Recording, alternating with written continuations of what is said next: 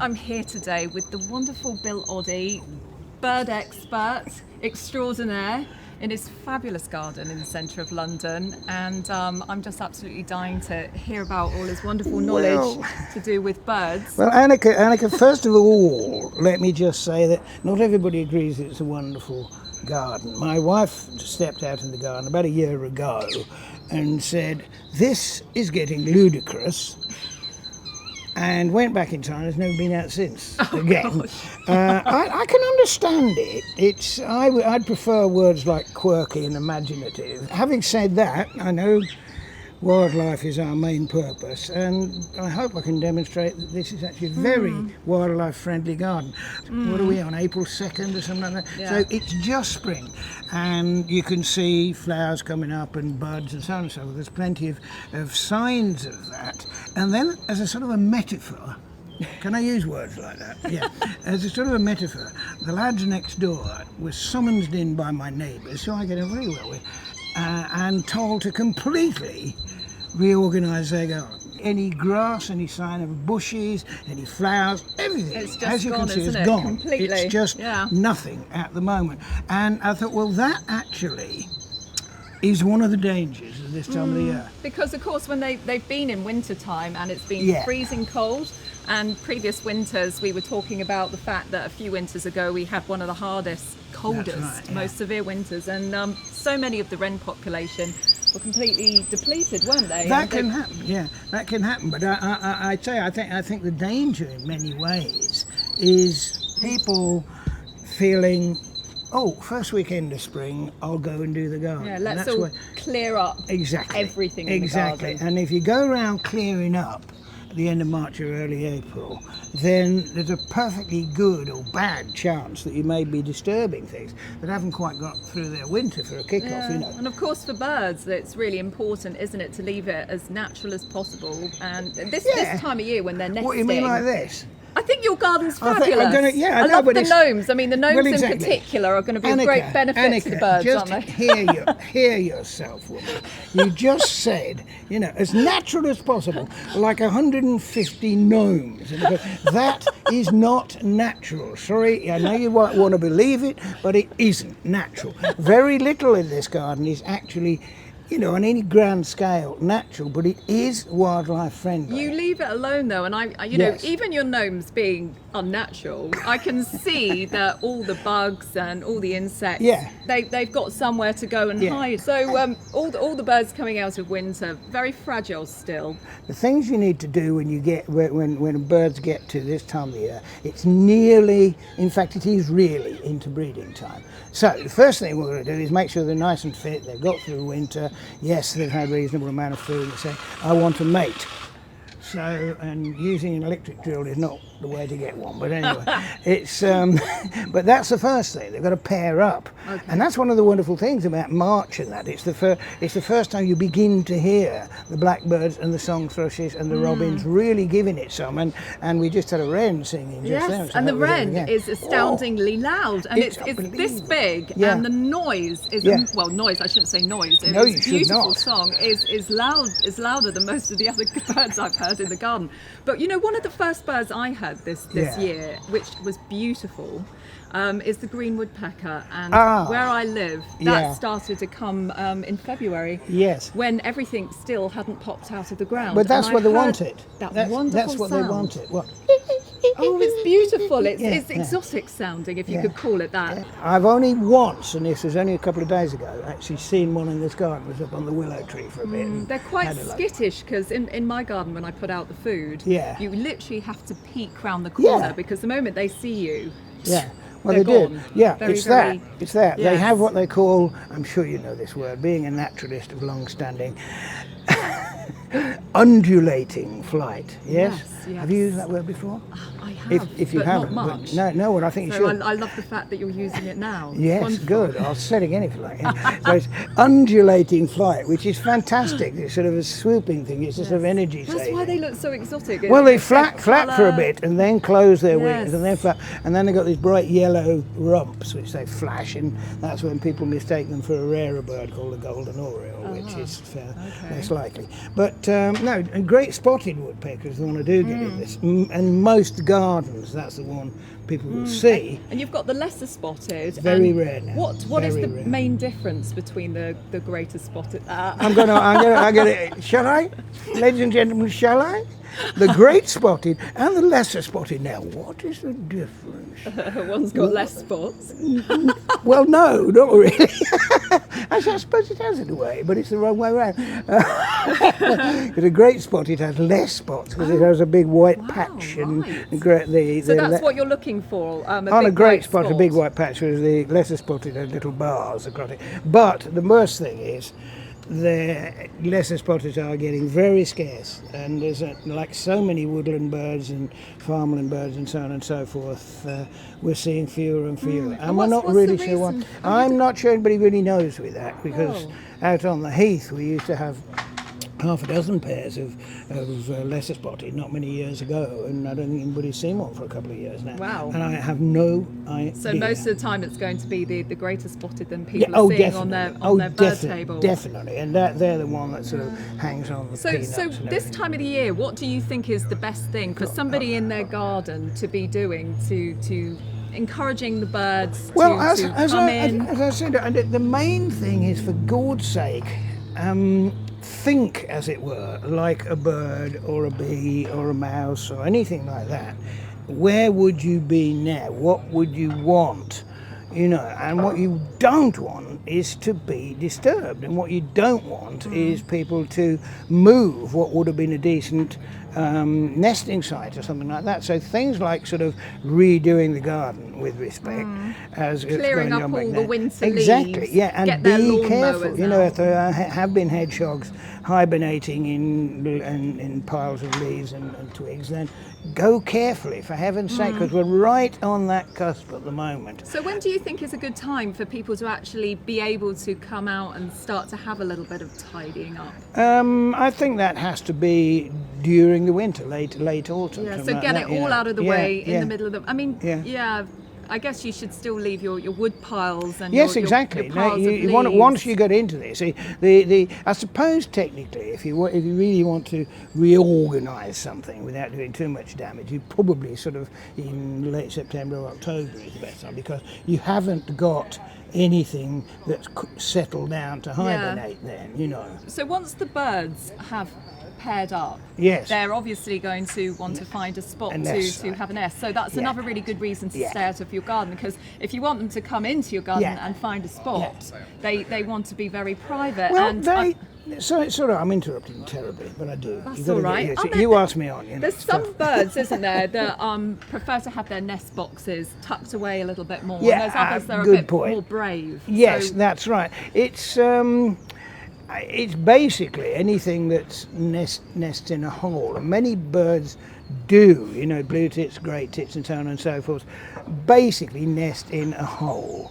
And if that hole is tucked away, it's going to be safer than if it's sort of out in the open with no cover. So they like the nest boxes with the little holes. With the little holes. I mean, there's a limit to what you get in those. Robins won't feed in that, and I would say the robin is actually the one that be most careful to put in a hidden area. I actually, tuck them right away in amongst the ivy and that. And do you know what is really amazing? Because in a very, very small garden, you could find an awful lot of nests, because I remember when I was living in London, my garden was about the same size as yours, and one year I had about 10 nests, and a lot of the time you don't actually even know they're there. No, you don't. That's very true. You know when they start to fledge, because you can hear the beep, beep, beep. Exactly. And you go out into the garden and you go, oh my goodness, I didn't know there was anything in there. It's amazing. And quite low sometimes, aren't they? Yeah, some of them are this sort of... Well, wren's nest, and I'm sure the pair here is actually nesting. I've seen them gathering material,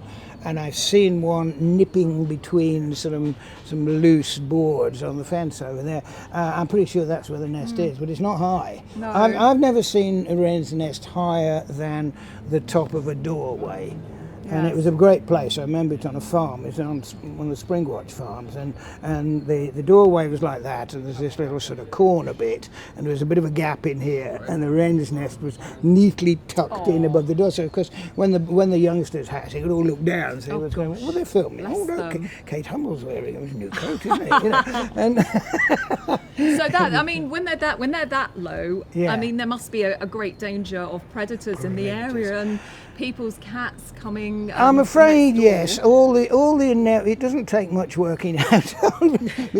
All the inevitable sort of dangers are just about come with a decent garden, funny enough, because obviously if the garden attracts birds and small animals, then it will also attract the predators. That's how it goes, and that's in a sense a good sign. You know, it means that it's doing okay. So what can you do if you've got your neighbour's cat keeps again? Coming over? Wow, that's the wren. Yeah, so loud. The thing is, and this is absolutely true, I've lived here for about 30 years, I think, and there have been periods when there would be occasionally a cat in the garden, but it never went on for very long. But the only things I've ever done is rush out of the back door and imitate a tomcat, a cross tomcat. So I sort of come out and go... I'd love to have seen that. You go like that. You know. So there you go. That's what you got to do. And they shoot out. They're off like a shot. And this seemed to annoy them enough not to bother to come back much. I confess that if I've been sprinkling the lawn, I have directed the hose in their direction. You know, but you can get some little tripwire things that come on automatically and spray. And I've seen on websites you can get like lasers that trigger.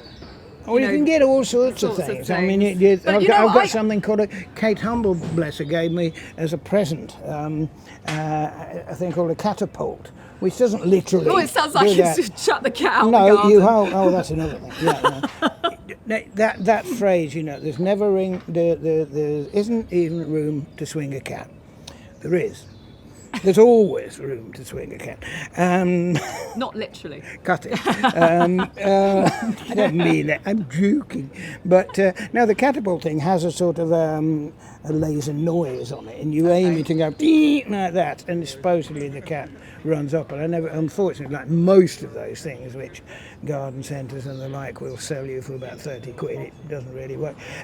Also, this time of year, what would you recommend as a good bird food to actually put out for birds? I don't vary anything at this time. I mean, the first thing to say is I don't stop feeding. I mean, there used to be I think, incorrect advice. They always said that you don't feed in the summer now, but I think it's generally accepted now that that's wrong, because there's plenty of times when a supplement to the diet will help, you know, when birds have youngsters. So what people saying stop in the summer because you're stopping the birds from naturally... Something like that. Or they'll forget how to feed. I don't really... And then you stop feeding them and they'll be, oh no, I don't know what to do anymore. Exactly. Which, of course, I think birds are a bit more clever than that, aren't they? I think so too. So I would certainly continue feeding throughout the spring. And do you change the type of food? Because, you know, everybody says before winter, increase it, make it more fatty, because they're putting on fat for the winter. In the spring, I've heard people suggest that there's certain things that you shouldn't put on your bird table because you take them back to the babies and it can get stuck in their throat. Do you think there's any truth in any of that? Things like large pieces of bread, people are saying might get stuck. There is some sense in that. Pieces of bread, either feeding the ducks or in the garden, no. It's one of my constant, you know, you can't be bothered to get upset about it, but it's sort of frustrating, because I walk out on the heath and I go past the first Hampstead pond, and there will be, because there's a little platform, people throwing bread with kids and so on and so forth. And it doesn't matter how many times you say, excuse me, or how many times you put it on a website or tweet it or anything like that. Next time you go, they'll be there again, or somebody else will be. Totally unnatural, It's not good for them. It's actually bad for them. It swells in the stomachs, and it's not good. It's not fatal, but it's not good. No, it's like fish. When I go abroad and I go on holiday, everybody comes out with the bread rolls and they're feeding the fish. The fish look happy and the fish are enjoying it. And I've been told that, you know, they'll slink off and their stomachs will swell up and they'll explode. People.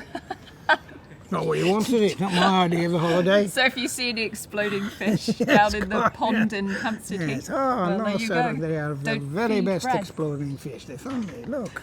Yeah, no, I don't think so. Do you have any nest boxes in your garden? I've got that lots you could actually. show me? They're lurking. I couldn't believe it. Some years ago now, but it was on this hedge behind and fence behind me, and it had a wren family in it. So you can imagine the joy of watching wrens going in and out. And it's like they can access, can they? Through Oh the yeah, floors? no, they come in here. Yeah. No, it's got a. Oh, they're all it's got a separate. ceiling. Yeah. It's a high rise. I could have had 3 wrens. Oh, but they do didn't they like do it. that? Would No. birds share? No. So why did they make it like I that? don't know, because it comes from a garden centre And they where, think it looks where pretty. cuteness, exactly. And of course this little bat and yeah. Well, Or they did didn't you have the put that bat. there? Of course I did. They didn't sell you a And bat. in the the garden other centre. thing which people forget, don't they, is clearing out last year's nest. Yes, to indeed. encourage the birds Yeah. to come back in the spring. Yeah, I So did. that's very I important to do that. failed to do that once in another nest box. I'll show you over there. Well, the proof actually is written on the nest box. And I put that one down. No, there's one there. Look, you see? Yeah, that's lovely. That And was that's- welcome home. That was because there was a pair of great tits went into that one. Okay. And that had a real drama connected, which is one of the joys of having the birds in the garden. Had a real drama because I think it was, first of all, we found a female. There were obviously youngsters in here, as you said, you can hear them peeping occasionally. Yeah. Found a female on the floor here, Right. bits of feathers all over the place, and I thought, well, who do I blame? And I did blame next door's cat at that point. Right. But anyway, and then the male was a single father, and I saw him with a broken leg. About 2 days gosh, later, no. something had obviously grabbed him too. So he got christened Limpy, bless him, and he'd go around really trying to keep these birds going. Oh, my goodness. With his one leg dangling bless off. him. Yeah. How many were in the nest? And we don't know. I put food, but they did eventually fledge. So he was a successful Yeah, limpy. he was Oh, well, a that's successful good then. single father, which, it's they're not all Do sexist. they ever, if they ever lose a partner, is there ever a chance that you'll get a stepdad or a stepmum will step in, or in the bird kingdom is that just not going to happen? It's such an esoteric area. I think the answer is really easy to say no, it wouldn't happen. But I have known strange things, whereas like a spare male or female has joined the other pair and helped So raise you've them. had 3, Yeah, literally, with the babies. yeah. Well, that's We had one on Spring Watch one year with the. Look at that wren, he's out in the open now. got this little wren hopping around everywhere. It's magnificent. But no, we had this where we decided there was a certain amount of bigamy. That's not unusual, actually. Yes. It varies from So was that an species. extra male or an extra female? I think it was an extra female, if I remember right. You get that sometimes with penguins, don't you? Yeah. You get the. I don't know. Do you? Yeah, I've seen it that you sometimes get 3 of them. Do you see that on the telly? I think they're just jealous because There's they've never only 3 left over. penguins. There are never, Anneka, there are never only 3 penguins. Every time you see penguins, there's about 3 million of them. Okay. They're all bouncing, standing on the ice like that sort of thing. So they don't even recognise one. They probably don't recognise themselves. We all look the same, don't we? Yeah. Who are you?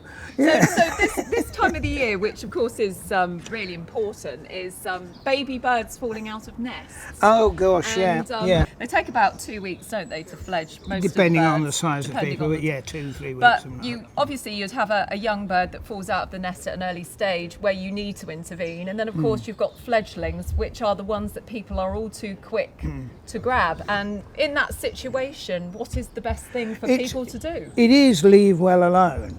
The most difficult, and we've all been in this situation, I'm sure, the worst is if you've got a bird which obviously is your fledgling and probably fell out of either its nest in either a tree or halfway up a wall or something like that, and they look safe enough, but they've landed, on the pavement or something. You think, oh my God, it's going to go hop off and get flattened by something. Those are the most difficult, and I think the best advice you can give is if the bird can fly, you've got to just trust it, just hope. Because they tend to fly a little bit Exactly, and then land. exactly. And then they the do. mum is around Yeah, somewhere watching. But yes, she's probably that's the first rule. Chances are she's watching. Yeah. They're watching you, you know, leave it alone.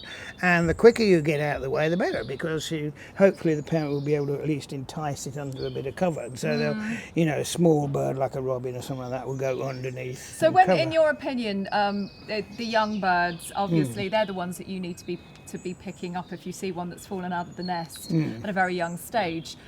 Where is the best place to take it in that situation if somebody finds a small bird? If you can see the nest, is you it don't okay need to be able to put see back it. in Well, the yes, nest? if you can see the nest, then try that. But they do have it's such a subtle thing.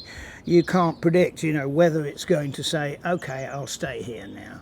You just don't know. You can put it in the nest, but you know, there's always an element of pot luck. I think the one thing one has to warn people about is that you mentioned the category of birds which really obviously aren't ready to leave the nest. You know, they can't fly properly, sometimes barely feathered, and sometimes people take it upon themselves to bring them up. I've got a rescue near where I live, and it's called Foley's Rescue. Yeah. And I've been there when it's springtime, and the lady, she started it literally in a shed at the back of her garden. It was amazing, and all the neighbours used to, word of mouth, this lady takes in birds. That's right. And it grew and grew. She got more and more incubators, and I found this little, it was a great tit, and it was in the middle of a main road up a hill, and it wasn't quite ready to fly, and I picked it up and I took it to Foley's. There was absolutely no way that bird was going to survive, and she showed me into the shed, and literally there was an incubator there with about 10 of them, all unrelated.